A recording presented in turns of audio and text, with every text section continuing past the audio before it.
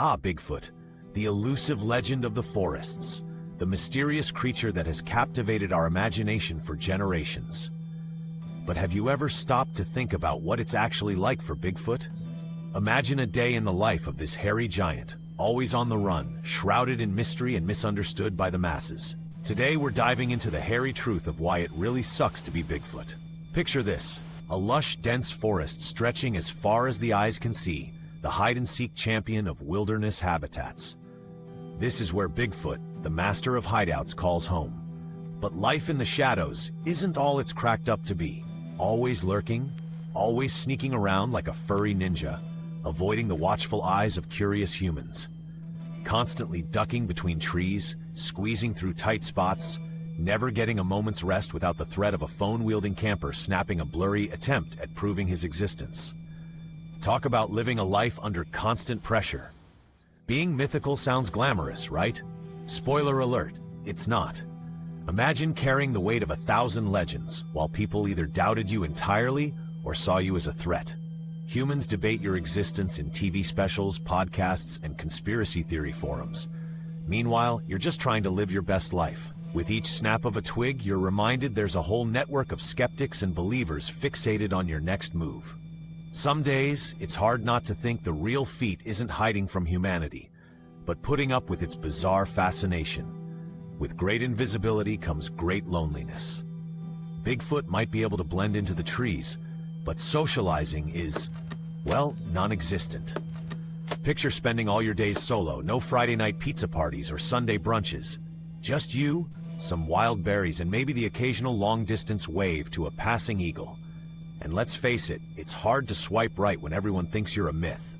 The media loves a good Bigfoot story, right? But more often, he's portrayed as either a goofy cartoon or an alien creature with a bad attitude. Think about having 1,000 different personas out there, and none really capturing who you are. It's like every family gathering, but worse. They all think you're either a cuddly mascot or the villain. Let's not forget the gritty truth.